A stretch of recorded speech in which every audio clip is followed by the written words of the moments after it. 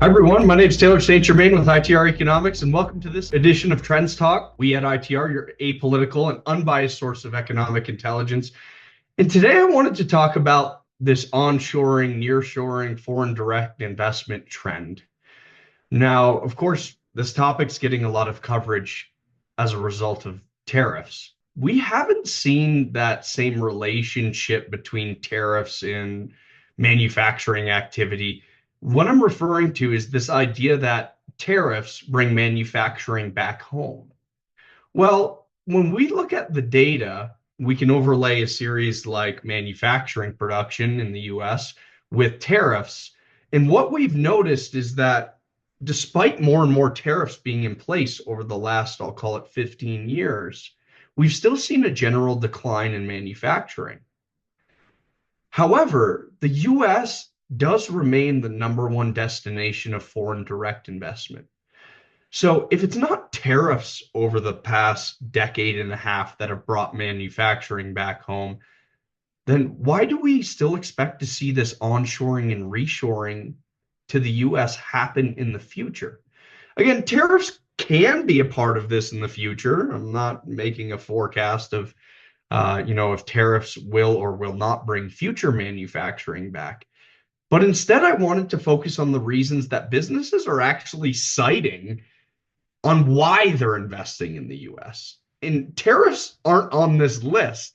It's instead of a lot of other competitive advantages that the US has. So again, historically, more tariffs have not meant more manufacturing.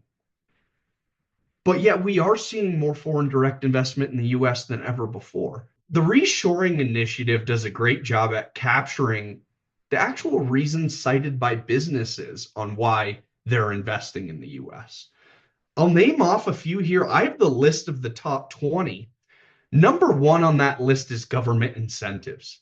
720 businesses cited that their reason for reshoring or onshoring back to the US was government incentives. Think of things like the CHIPS Act.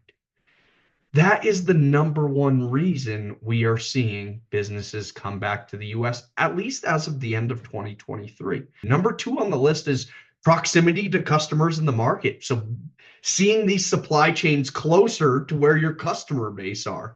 Number three was skilled workforce and availability and training, which again, as we've talked about the 2030s, even though we don't have the most attractive population trend moving into the future, we're not some of the areas that have declining populations like Western Europe and China. So there's a few others on the chart. It's learning lessons from the supply chain interruptions of the pandemic. It's the infrastructure that we have here in the US. It's branding made in the USA. 174 businesses cited that their reason for onshoring back to the US was just that, image and branding being made in the USA. We also have automation technology high on the list, raw material costs, 3D printing. The list goes on. But again, my point here is to say, I think often we give tariffs too much credit for the reason this onshoring and reshoring is happening when there's so many other major competitive advantages that the US has compared to many other regions around the world. So when you're thinking about marketing your company, look to some of these factors to highlight as your competitive advantages. Now, another really encouraging trend that I'd love to cite for you all is not only are we seeing more foreign direct investment in the US, we're also seeing businesses here at home investing more in the US than they ever have before. We look at a series like gross private domestic investment from a real GDP standpoint. That latest number is $4.336 trillion. That's how much US companies are investing here at home. That is a record high. You've heard us, our economists at ITR say the US continues to be your best bet forward.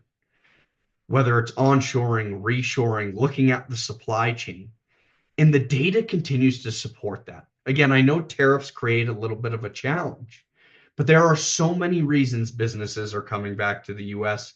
And we here in the US that are already at home are investing more in ourselves than ever before.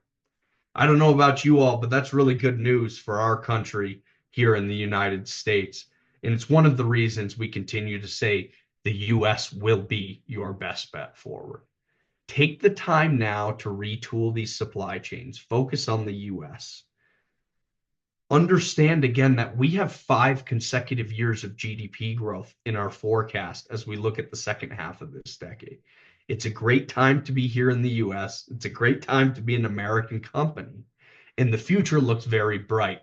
And I think that's a message that, again, is supported by data that we all need to hear right now in the face of all of this uncertainty and geopolitical turmoil. I hope you found this information helpful. Thanks for joining me on this episode of TrendsTalk. Please like and subscribe to TrendsTalk wherever you listen to your podcast. And I look forward to seeing you all in the next one. Take care for now.